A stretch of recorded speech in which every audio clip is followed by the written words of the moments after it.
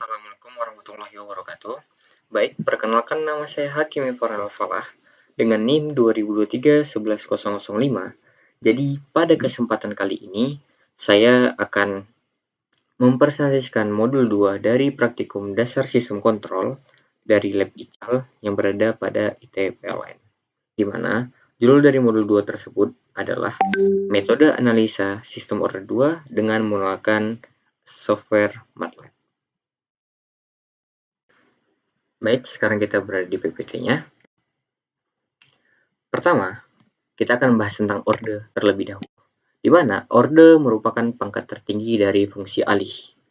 Dan fungsi alih sendiri itu merupakan perbandingan antara outputan dan juga inputan dalam bentuk transformasi Laplace.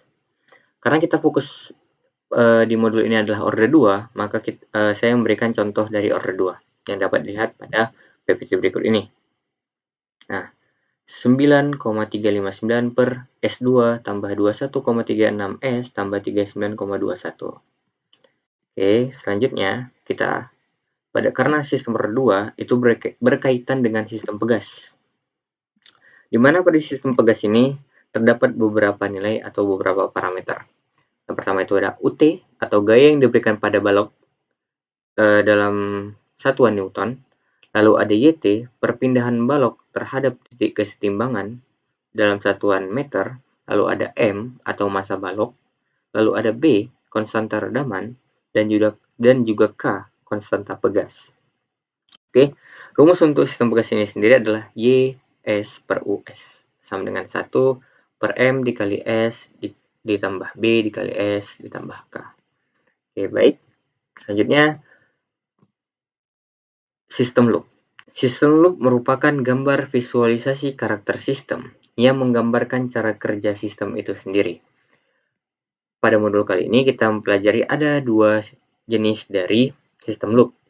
Pertama loop terbuka, dan yang kedua itu adalah loop tertutup. Sebenarnya ada loop adaptif, tapi sekarang kita hanya fokus pada dua sistem loop ini atau dua jenis loop ini. Perbedaan dari loop terbuka dan loop tertutup itu terdapat pada feedback atau sensor atau umpan balik. Di mana feedback pada loop tertutup itu berguna untuk membaca outputan, dan kemudian nilai dari outputan itu akan dikirimkan kepada summing point. Dan kemudian summing point akan mengkalkulasi antara nilai outputan dan juga nilai set point. Ketika terdapat selisih antara kedua nilai tersebut, maka itu akan disebut dengan sinyal error. Dan sinyal error itu akan diproses kembali oleh controller. Sedangkan pada loop terbuka, tidak terdapat feedback. Sehingga nilai set point yang kita berikan dan kemudian dikirimkan ke controller dan diolah menjadi sinyal kontrol, lalu sinyal kontrol akan diberikan ke aktuator dan aktuator akan menggerakkan plan dan terdapat outputan, maka outputan itu tidak akan berubah sampai kita memberikan set point terbaru.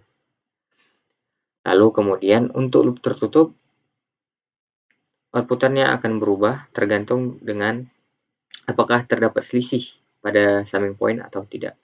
Yang mana intinya itu pokoknya pada loop tertutup, outputan akan mempengaruhi aksi kontrol dari sistem tersebut. Dan pada loop terbuka, outputan tidak akan mempengaruhi aksi kontrol pada sistem tersebut. Seperti itu. Lanjut. Oke.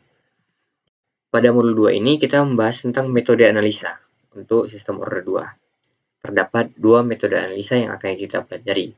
Yang pertama ada root locus, yang kedua ada metode Bode plot. Sekarang kita akan membahas tentang root locus terlebih dahulu. Root locus sendiri merupakan metode analisa sistem dengan menggunakan parameter K. Ingat, menggunakan parameter K atau penguatan. Fungsi dari root locus ada 3. Pertama, analisa kestabilan sistem. Kedua, desain controller. Ketiga itu pengoptimalan respon sistem.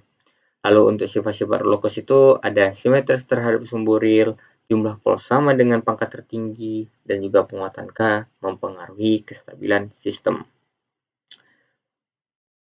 Lalu di slide ini kita dapat melihat bentuk dari root locus. Ini adalah bentuk dari root locus ketika root locus ini terdapat 2 poles dan juga 1 zero.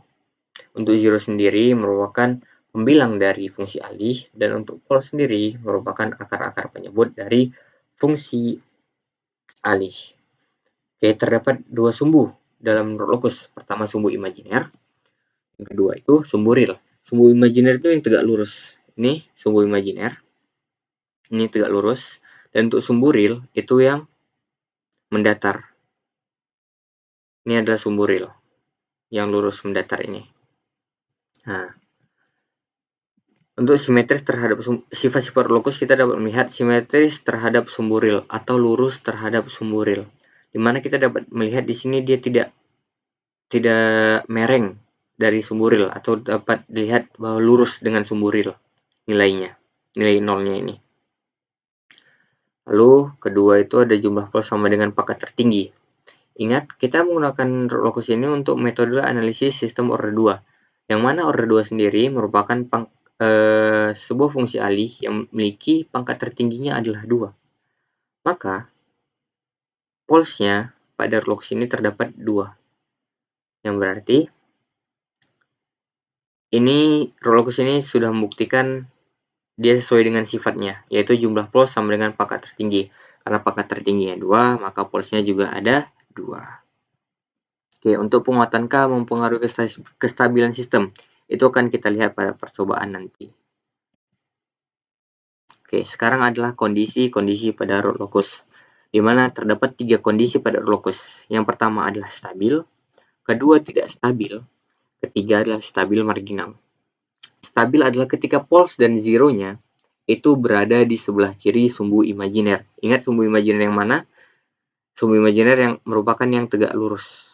Lalu yang kedua adalah tidak stabil, ketika salah satu dari poles atau zero itu berada di sebelah kanan sumbu imajiner. Lalu yang ketiga merupakan stabil marginal, di mana ketika poles atau zero-nya itu berada tepat di sumbu imajiner. Baik. Oke, baik, kita akan langsung saja melakukan percobaannya dengan menggunakan software MATLAB. Oke, baik, sekarang kita sudah berada pada MATLAB. Pertama kita akan membedah source code-nya terlebih dahulu. Di mana source code-nya ini kita memasukkan variabel M, B, dan K. Kemudian kita memberikan variabel M dengan nilai 5, B dengan nilai 4, dan K dengan nilai 1. Lalu kita juga memanggil variabel num dan juga denum. Num berfungsi sebagai pembilang dari fungsi alih atau akar-akar pembilang dari fungsi alih, atau dapat dibilang zero. Lalu ada denum sebagai penyebut fungsi alih, atau dapat dibilang polesnya. Untuk denum sendiri kita memberikan nilai MBK, di mana MBK ini sudah merupakan variabel yang kita telah berikan nilai sebelumnya, yaitu 5, 4, dan 1. Untuk num atau zero kita memberikan 001, yang berarti tidak terdapat variabel S pada zero tersebut, atau sama dengan 1. Maka zero-nya nanti tidak akan terlihat. Lalu di sini ada SCS, TF, yaitu variabel SCS ini merupakan variabel bebas yang kita gunakan untuk memanggil transfer function. TF sama dengan num, denum, yang akan membentuk TF dengan num sebagai pembilang dan denum sebagai penyebutnya. Lalu pada figur pertama ini ada step SCS, 40, yang berarti kita memanggil inputan step. Dan juga 40, ingat 40 itu merupakan kita memanggil berarti waktunya sampai 40 detik. Lalu ada title atau judul untuk nanti pada grafiknya itu akan terdapat judul yang judulnya itu merupakan respon open loop system. Lalu ada y-label atau judul untuk kurva Y yang berada di sebelah kiri, nanti akan kita lihat yaitu simpangan Y atau meter. Lalu grade on digunakan untuk memanggil sistem tersebut. Memvisualisasikan maksudnya. Lalu untuk figur 2, kita memanggil R locus SCS, atau kita akan memanggil root locus itu sendiri berdasarkan dengan nilai dari yang telah kita tentukan sebelumnya. Lalu kita memberikan title juga, lalu grade on juga untuk sebagai visualisasi atau memvisualisasikan. Lalu ada figur 3 di mana dia juga memanggil root locus, tetapi perbedaannya dengan figur 2 adalah kita memanggil airlock find. Di mana airlock find ini kita dapat menentukan titik pada root locus itu sendiri. Oke.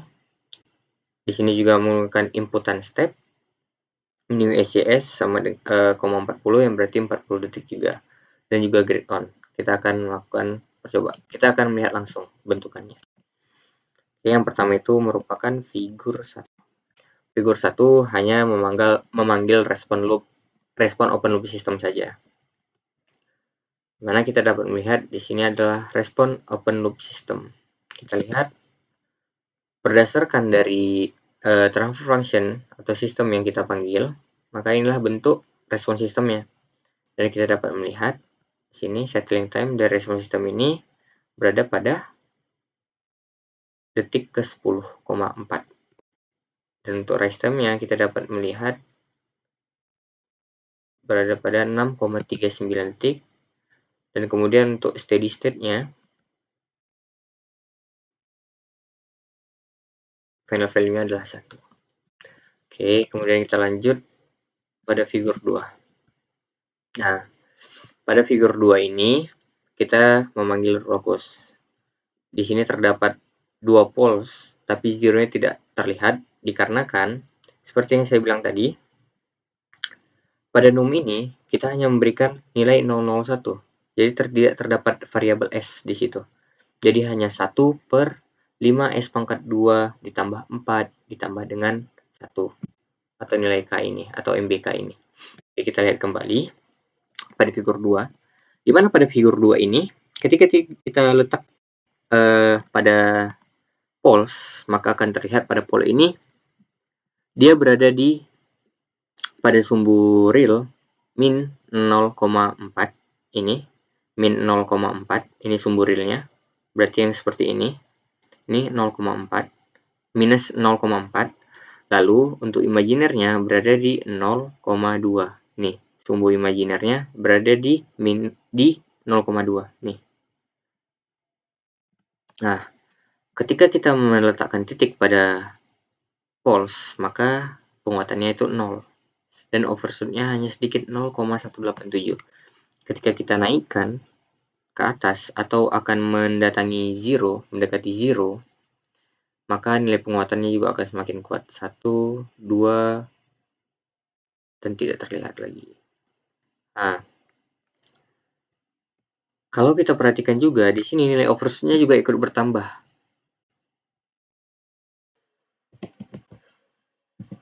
Oke, lanjut pada figur 2. Kita lihat, overshoot-nya juga akan bertambah seiring penguatannya itu bertambah. Yang mana memang semakin kuat semakin kuat nilai dari penguatan itu, maka overshoot-nya juga akan semakin besar. Nah, dan hal ini terbukti dengan kita mensimulasikan pada sistem root locus ini. Oke, baik, kita sekarang lanjut pada figur ketiga.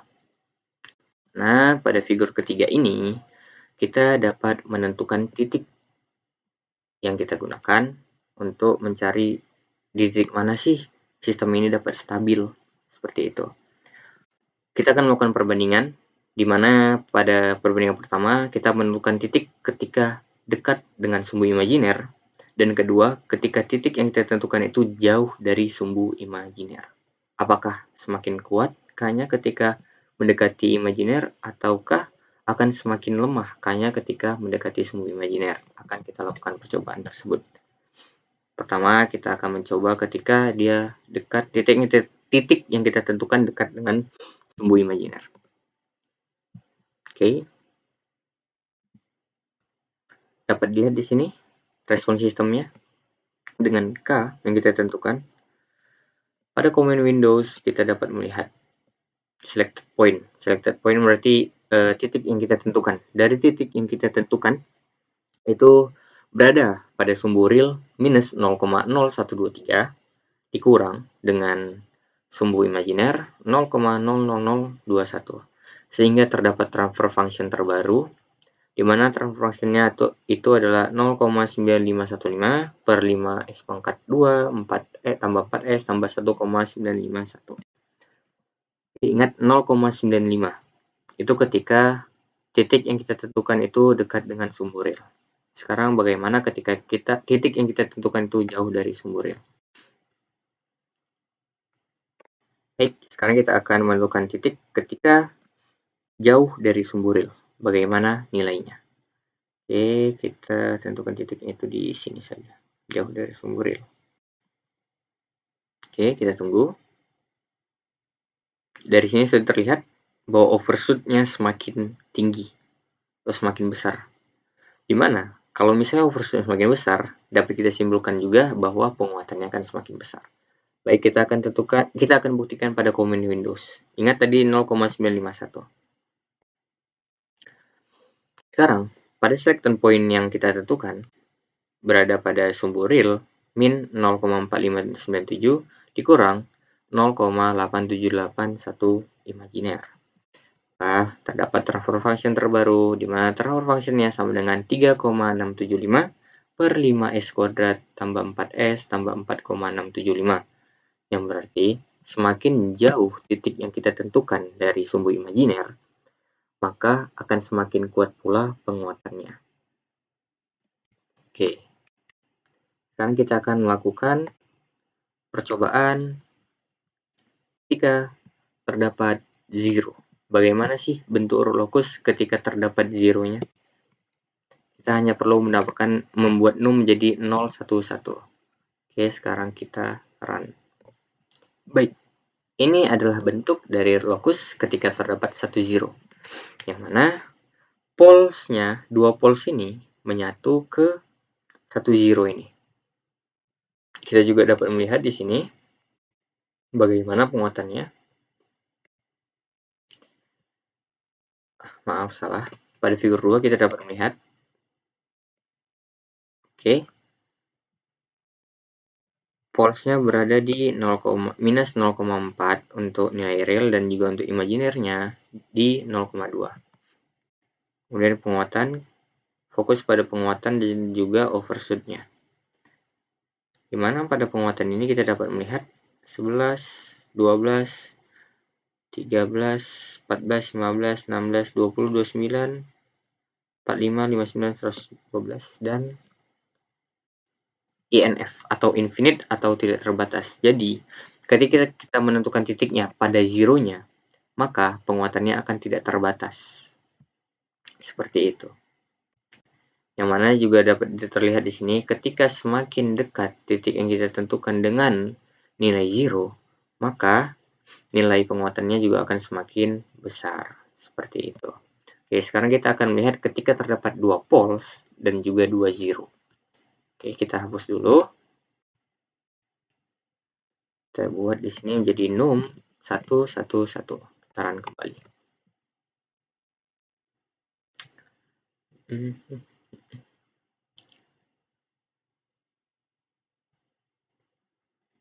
Oke, inilah bentuk locus ketika terdapat dua poles dan juga dua zero. Berarti masing-masing polesnya memiliki zero-nya. Atau setiap poles memiliki zero-nya tersendiri. Sini dapat kita lihat. Poles tersambung dengan zero-nya sendiri, tidak seperti tadi, di mana poles tersambung dengan satu zero. Dua poles tersambung dengan satu zero. Di sini satu poles, satu zero. Ini juga terlihat sama seperti sebelumnya. Oke. Jadi pada percobaan ini, apabila kita ingin memberikan dua zero, maka kita tinggal menambahkan nilai pada num ini saja. Apabila kita ingin dua poles, maka kita harus melakukan order 2. Apabila satu poles, maka berarti order 1. Seperti itu. Oke, kita lanjut metode berikutnya. Locus sudah lewat.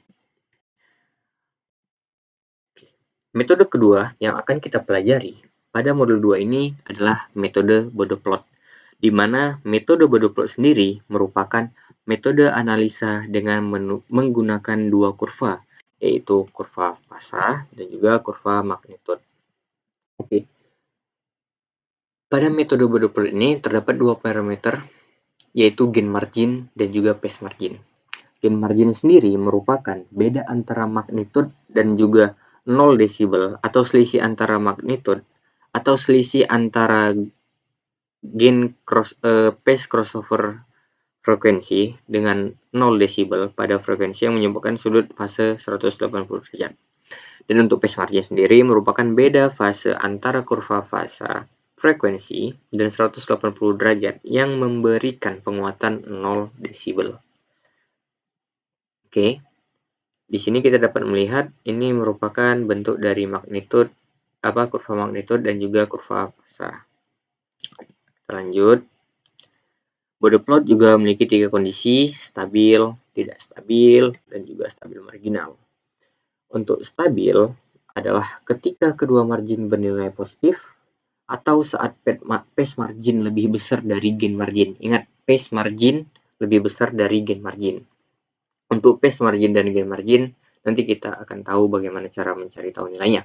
Lalu ada tidak stabil ketika saat salah satu atau bahkan keduanya bernilai negatif. Atau saat gain margin lebih besar dari phase margin. Kebalikan dari kondisi stabil tadi. Lalu ada stabil marginal adalah ketika kedua margin atau gain margin atau phase marginnya itu bernilai 0. Atau ketika gain margin atau phase marginnya itu bernilai sama. Baik. Nah, di sini kita akan melakukan perhitungan Bode plot. Sebenarnya pada MATLAB sudah terhitung otomatis ketika kita menentukan Bode plot. Di sini bisa terlihat di mana dia memberikan langsung gain marginnya minus 34 dB dan untuk phase marginnya 8,49 degree atau derajat atau 4,92 radian per second.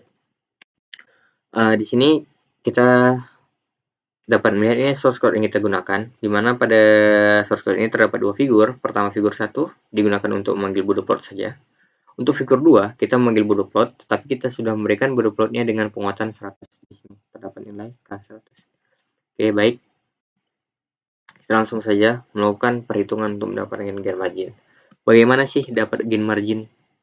Seperti yang kita ketahui, gain margin adalah selisih atau perbedaan nilai antara magnitude dan 0 dB pada frekuensi yang menyebabkan sudut fase 180 derajat. Atau dapat dibilang phase crossover frekuensi dikurang dengan 0 dB. Phase crossover frekuensi itu apa sih? Phase crossover frekuensi merupakan nilai phase crossover frekuensi itu apa sih? Phase crossover frekuensi adalah ketika nilai dari fasenya itu minus 180, kemudian kita tarik ke nilai dari magnitudenya, di mana saya sudah menentukan di mana ketika minus 180, karena dia tidak bisa minus 180 ya pada MATLAB, jadi kita menentukan di minus 179. Kemudian ketika ditarik garis ke atas kepada kurva magnitude, maka didapatkan nilainya adalah 34. Di sini 34. Maka untuk menentukan nilai gain margin adalah 0 dikurang dengan 34. Ya berarti gain marginnya adalah sama dengan minus 34. Baik. Kemudian kita dapat melihat untuk phase margin adalah gain crossover frekuensi dikurang dengan minus 180. Untuk gain crossover frekuensi adalah ketika nilai pada magnitude berada di titik 0, kemudian kita tarik ke nilai pada kurva fase, di mana pada titik 0, kurva fasenya berada di nilai minus 172. Yang berarti minus 172 dikurang dengan minus 180, maka kita mendapatkan nilainya sama dengan 8. Yang mana minus 34 dB, yang berarti GM sama dengan minus 34 dan PM sama dengan 8,49. Kenapa kita dapat di sini? Kenapa pada MATLAB terhitung 8,49 sedangkan kita hanya terhitung 8? Itu karena pada MATLAB dia dapat menghitung secara spesifik. Sedangkan pada saat kita menentukan ini, MATLAB tidak memberikan nilai yang spesifik kepada kita, tapi dia dapat mengukur nilainya secara spesifik dengan sendirinya. Nah, oke, dari parameter dua nilai ini, gain margin minus 34 desibel, phase margin 8,49, maka kita dapat menentukan kondisi dari body plot ini dong. Apakah dia stabil, stabil marginal, atau juga tidak stabil. Kita dapat menentukan dong. Baik, untuk menentukannya kita lihat pada kondisi sebelumnya. Bagaimana sih kondisinya? Stabil saat kedua bernilai positif, tidak stabil saat salah satu atau bahkan keduanya bernilai negatif. Dikarenakan pada gain margin dan phase margin ini salah satunya bernilai negatif, maka kita dapat simpulkan bahwa sistem ini tidak stabil. Dan juga kita dapat melihat pada phase margin ini, di mana nilai phase margin itu 8 atau hampir mendekati minus. Yang berarti ya udah nilai ini tidak stabil memang. Oke, kita akan lanjut pada percobaan. Oke, baik. Kita sudah di MATLAB lagi untuk melakukan percobaan metode body plot. Kita tunggu.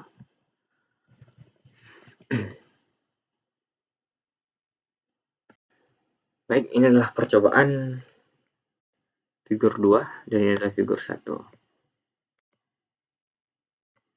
Nah, di mana pada figur 2 ini sama saja seperti yang saya tampilkan di PPT tadi.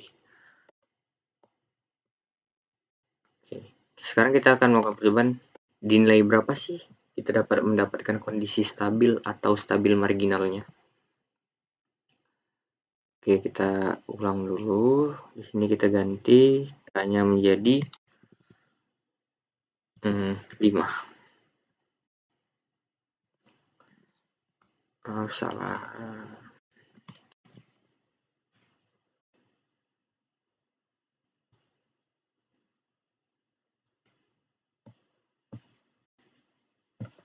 Oke. Di sini dapat dilihat masih terdapat minus, yang berarti nilai sistem belum stabil. Bagaimana kalau kita berikan nilai 2?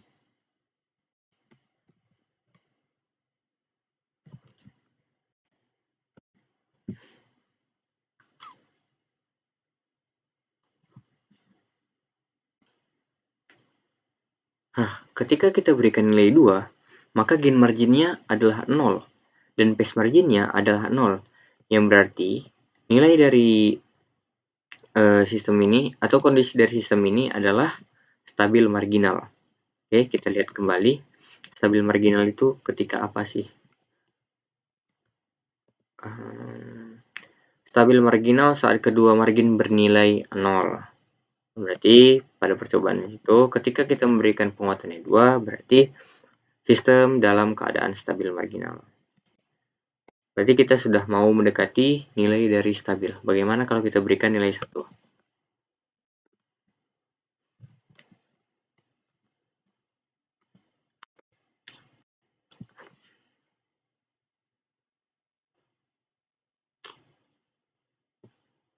Oke, di sini dapat dilihat GM sama dengan 6 desibel, PM sama dengan INF atau infinite atau tidak terbatas. Ketika tidak terbatas, maka dapat disimpulkan bahwa itu lebih besar dari GM atau PM akan lebih besar dari GM, yang berarti nilai nilai 1, penguatan 1 ini berarti sistem akan stabil ketika kita memberikan nilai penguatannya 1. Maka sistemnya akan stabil. Seperti itu untuk simulasi pada metode body plot. Baik, kita kembali lagi ke PPT.